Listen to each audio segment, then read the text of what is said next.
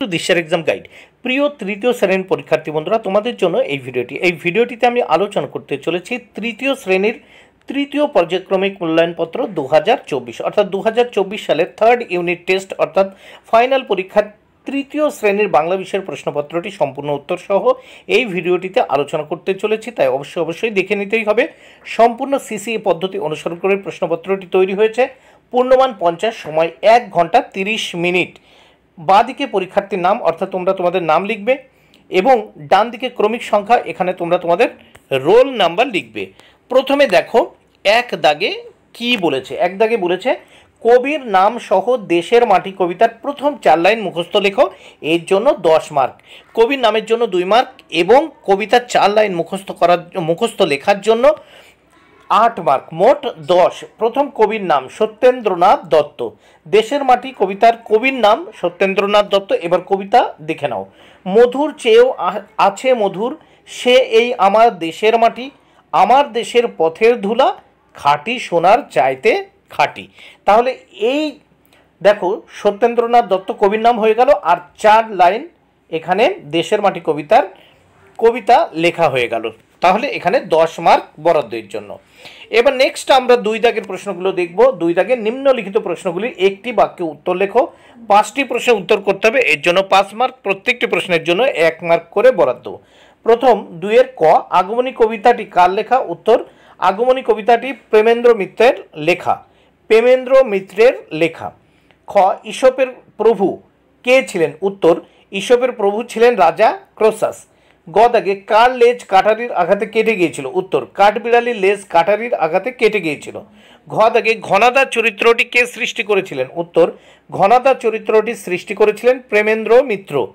অঙ্গ দাগ ছন্দের জাদুকর নামে কে বিখ্যাত ছিলেন? উত্তর, ছন্দের জাদুকর নামে বিখ্যাত ছিলেন সত্যেন্দ্রনাথ দত্ত। এবার 3 দাগে আমরা দেখতে পাচ্ছি 3 দাগে কি করতে হবে দেখে নাও। এলোমেলো বর্ণগুলিকে সাজিয়ে লেখো, এর জন্য 4 মার্ক। প্রত্যেকটি প্রশ্নের জন্য 1 মার্ক করে বরাদ্দ। 4টি প্রশ্নের উত্তর করতে হবে। প্রথমে ক দাগে দেখো এখানে আছে দ, ব্রি, বা, তারপর পেট কাটা শয়টয় হসি, তারপর লা। এটাকে সঠিকভাবে সাজিয়ে লিখতে হবে। দেখো বৃষ্টি বাদলা। তারপর খ দাগে দেখো হয় দীর্ঘে আছে, গ আছে, দন্ত ন আছে, দয় হসি আছে, দন্ত নয় তয়। এটাকে সাজিয়ে লিখতে হবে। দেখো উত্তর হবে দিগন্তহীন। গ দাগে দেখো র, দন্ত নয় ধয়, অ কয়াকারে কা আছে। তারপর দেখো এটাকে সঠিকভাবে সাজিয়ে লিখতে হবে অন্ধকার। ঘ দাগে দেখা আছে বয়কার, ডয়সনরায়াকার, তারপর কা, তারপর লয় হসি, তারপর ঠ। এটাকে সঠিকভাবে সাজিয়ে লিখতে হবে কাঠ বেড়ালি। এবার দেখো 4 দাগে শব্দার্থ লেখো, এর জন্য 4 মার্ক। প্রত্যেকটি প্রশ্নের জন্য 1 মার্ক করে বরাদ্দ। এখানে দেখো 4টি প্রশ্নের উত্তর করতে হবে, 4 মার্ক। প্রথম দেখো কতে আছে কমল, কমল মানে উত্তর হবে পদ্ম। খতে আছে বার্তা, বার্তা মানে সংবাদ। গতে আছে নাগাল, নাগাল মানে ছোঁয়া। ঘতে আছে কুজন, কুজন মানে পাখির ডাক। এবার 5 দাগে দেখো শব্দ যুগলের অর্থ পার্থক্য লেখো, এর জন্য আছে দেখো 2 মার্ক। প্রত্যেকটি প্রশ্নের জন্য 1 মার্ক করে বরাদ্দ। 2টি প্রশ্নের উত্তর করতে হবে। প্রথম কতে আছে ধোয়া, এই ধোয়া মানে ধূম বা ধূম্র।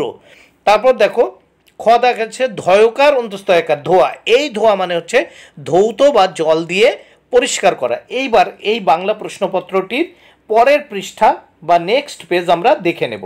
নেক্সট পেজে কি বলেছে দেখে নেওয়া যাক। প্রথমেই বলেছে দেখো বর্ণ বিশ্লেষণ করো, এখানে 2 মার্ক। 2টি প্রশ্নের উত্তর করতে হবে, 2 মার্ক।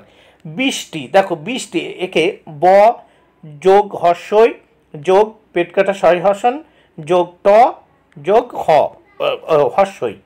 তাহলে বয় হসন যোগ হর্ষই যোগ পেট কাটা মধ্যন শয় হসন যোগ ট যোগ হর্ষই। খ দাগে আমরা দেখব সারাক্ষণ। সারাক্ষণকে আমরা এখানে বর্ণ বিশ্লেষণ করব। দন্ত শয় হসন যোগ আ যোগ রয় হসন যোগ আ যোগ কয় হসন যোগ পেট কাটা শয় হসন যোগ নয় হসন যোগ অ। এবার দেখব 7 দাগে শূন্যস্থান পূরণ করো, এখানে 5টি শূন্যস্থান পূরণ করতে হবে, এর জন্য 5 মার্ক। প্রত্যেকটি শূন্যস্থানের জন্য 1 মার্ক করে বরাদ্দ। প্রথমে 7 ক, চেহারা নিয়ে ঈশপকে উপহাসও শুনতে হতো, প্রথম শূন্যস্থানে উপহাস। খ দাগে বুড়ির মেজাজ তখনও গরম, শূন্যস্থানে গরম। গ দাগে ভূতটা বেগুন গাছের কাটায় আটকে গেল, শূন্যস্থানে উত্তর হবে বেগুন। ঘ, চোরে পান্তা খেয়েছে, রাজার কাছে নালিশ করতে যাচ্ছি, শূন্যস্থানে পান্তা। ঙ দাগে কিশোরী ডান হাতটা ধরে বসে পড়ল, শূন্যস্থানে হবে ডান। নেক্সট আমরা দেখব 8 দাগের প্রশ্ন ও তার উত্তর। 8 দাগে কি বলেছে, বাক্য রচনা করো। এর জন্য 2 মার্ক, দুটি প্রশ্নের উত্তর করতে হবে। 2 মার্ক প্রত্যেকটি প্রশ্নের জন্য বা প্রত্যেকটি বাক্য রচনার জন্য 1 মার্ক করে বরাদ্দ। প্রথমে 8-এর ক, বন জঙ্গল। বন জঙ্গল দিয়ে বাক্য রচনা করতে হবে। বন জঙ্গলে বিভিন্ন পশু পাখি বাস করে।